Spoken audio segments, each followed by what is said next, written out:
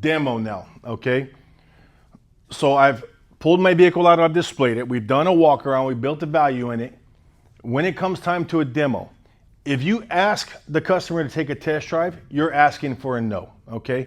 Again, just like in the beginning when I offered out water, 99% of my customers are going to decline it. That's by nature. Most people will decline stuff that's offered to them.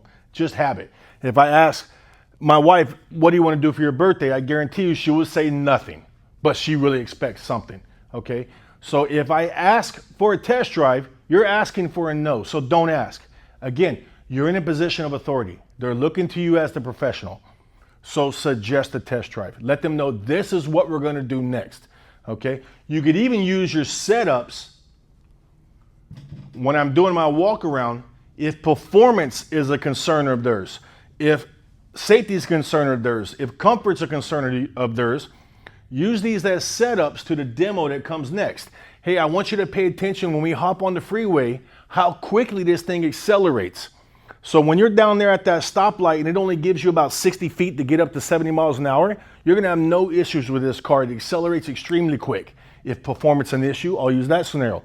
If ride quality is an issue, I want you to pay attention when we're driving this down the freeway. No bouncing. The shocks absorb everything nice and smooth. You would swear you were in a $100,000 Mercedes. I'm going to get them excited about the test drive using setup. So when it's time to go on the test drive, I really don't have to ask. They're already looking forward to it.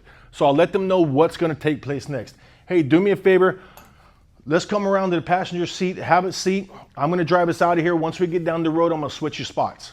Or if they're already sitting in the driver's seat, do me a favor, tuck your legs in, I'll close the door, come around to the passenger side, go ahead and put it in gear. We're gonna take it for a drive. I want you to get a good feel for this vehicle. Don't ask, just let them know this is what we're gonna do next, okay? Once we're on the test drive, and there's gonna be a lot of scenarios where they're going to throw objections at you, why they don't want to test drive.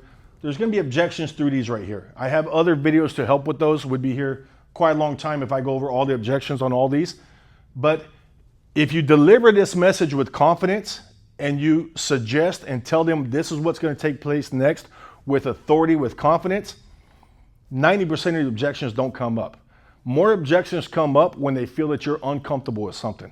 When they smell fear, when they smell a little bit of intimidation or uncertainty, they go into attack mode. I get far less objections than I did 10 years ago and way less than I did 20 years ago because my confidence is so much higher at it. So when you're delivering these messages, the more you rehearse, the more you practice, the more reps you put in, the more confident you could deliver this, the less objections you're ever gonna have to deal with, just so you know. Once I'm on my demo and I'm driving out, I like to drive out first. There's a couple reasons for this. A, I want to make sure I'm on a decent road. Okay, you should have a route where you know you got a decent road where the customer gets an experience of a little bit of in-town driving, some highway driving. It's not too far, it's not too short, and it's not a shitty road. Okay, I've done where customers get to pick their own road and they pick the worst road in the entire city. And then they start picking the car apart. Man, this thing makes a lot of noises. You hear that? You hear that? Yeah, we're going through trenches right here. This is a rough terrain.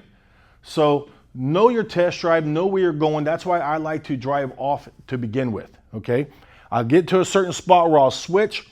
Once I switch and they're driving, we are no longer talking about the car. We're going back to that place of, if this works out, where do you plan on taking your vehicle? I want them thinking happy thoughts. I want them thinking emotional thoughts. I want them thinking about showing their family, their grandmother, whatever. I want them thinking thoughts of ownership. That's what I want them thinking right now.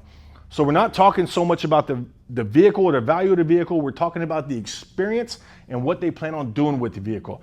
That's our test drive, okay? Somewhere along the line before we get back, that's when I'm going to get my commitment to come inside. And I'll usually do that by asking like this, Mr. Customer, so what do you think of the way this vehicle drives? Is this something you can see yourself owning? I'm going to ask questions that give easy yeses. Okay, I'm not asking them, would you buy it right now? It's too soon for that. Even though you might have been taught you get a commitment to purchase outside, stop. Don't do that no more. All I want is a commitment to come inside. Okay, we'll close them once they're inside. I just need them to come inside. Okay, so Mr. Customer, what do you think of the way this one drives? Is this something you can see yourself owning?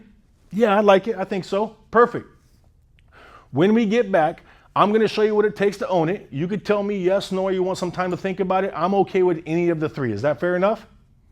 What they heard was, I'm going to give them information and allow them to leave. That gives me 100% yes, I'll come inside with you. That's all I want right now. Remember, this is one step at a time. I don't need a commitment right here. Would you buy the car if the price is right? It's too soon for that. That's step 10. That's my final process. All I need them to do is come inside with me because I can't close a car deal outside. And if I ask too early, Mr. Customer, if I got this to the right payment, are you ready to move forward today? Are you ready to buy it? And they reject it, a wall goes up that's very hard to bring back down. Then it's hard to get them inside. Then I'm going inside, I'm asking for help. Me and a manager are walking back out together. This is all bad.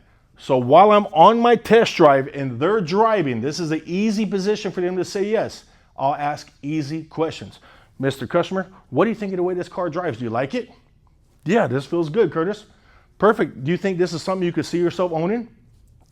I think so. Perfect. I'll tell you what, when we get back, I want to give you an idea what it takes to own it. You could tell me yes, no, or you want some time to think about it. I'm okay with any of the three. Is that fair enough? Yeah, that works.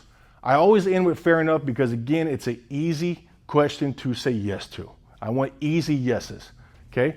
When I come off my test drive, I'll use my phone. I'll take a picture of my miles on the vehicle. My key should have the stock number on it, picture of the miles, and we go straight inside. Do not get out and stand around the car. Don't ask any more questions about the car. Don't stand back and stare at the car together with that uncomfortable silence till somebody asks for a card.